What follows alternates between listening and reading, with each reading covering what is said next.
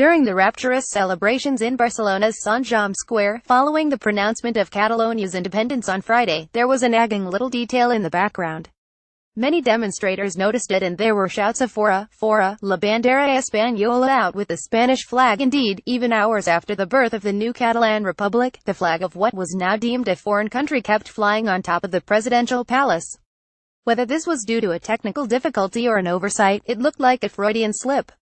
For those in the square, independence was a long-held dream, but was it now a dream come true, or just a mirage? Judging from their concerned looks, the nationalist leaders seemed aware of the fragility of their project. To secede is not necessarily to succeed. To have sovereignty, you need two things at least: international recognition and control over your territory. Recognition has not been forthcoming, especially from where it matters most. The European Union, in its Brexit mindset, couldn't be less inclined to pander to a region breaking away from a key member state such as Spain.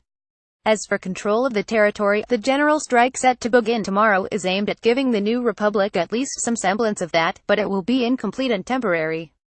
Madrid has invoked Article 155 of the Spanish Constitution, which allows it direct rule over a regional government. But the Spanish state has little presence in the region. Catalonia enjoys the highest possible level of autonomy, and to reassert itself, the central government may have to act forcibly.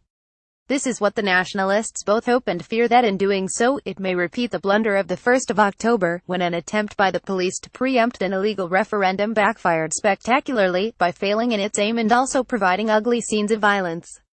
Now, arresting the Catalan president and his government for rebellion, as the state prosecutor has vowed to do, and taking control of a huge, and partly hostile, Catalan regional administration, could turn into a nightmare for Madrid.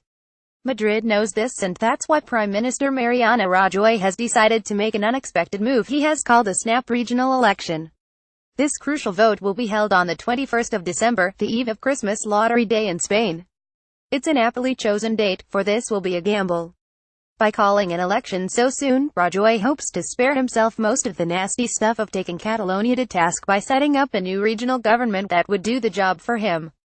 At the same time, he is forcing on the nationalists a tricky conundrum. If they take part in the vote, it will be a depressing climb down for them, an admission that their independence is a mere bluff. At least one nationalist party, the far-left Popular Unity candidacy, will boycott in the vote, which makes a unionist victory more likely, especially with the Catalan administration hemmed in by Madrid. If all three of the nationalist parties finally shun the election, they will be shut out from the new parliament, and it could get cold outside. Rajoy's is a well-played hand, but perhaps also a bluff that could end in a flop. The nationalists may finally decide not to stand in the election, and, if turnout is low, the new parliament's legitimacy will look precarious.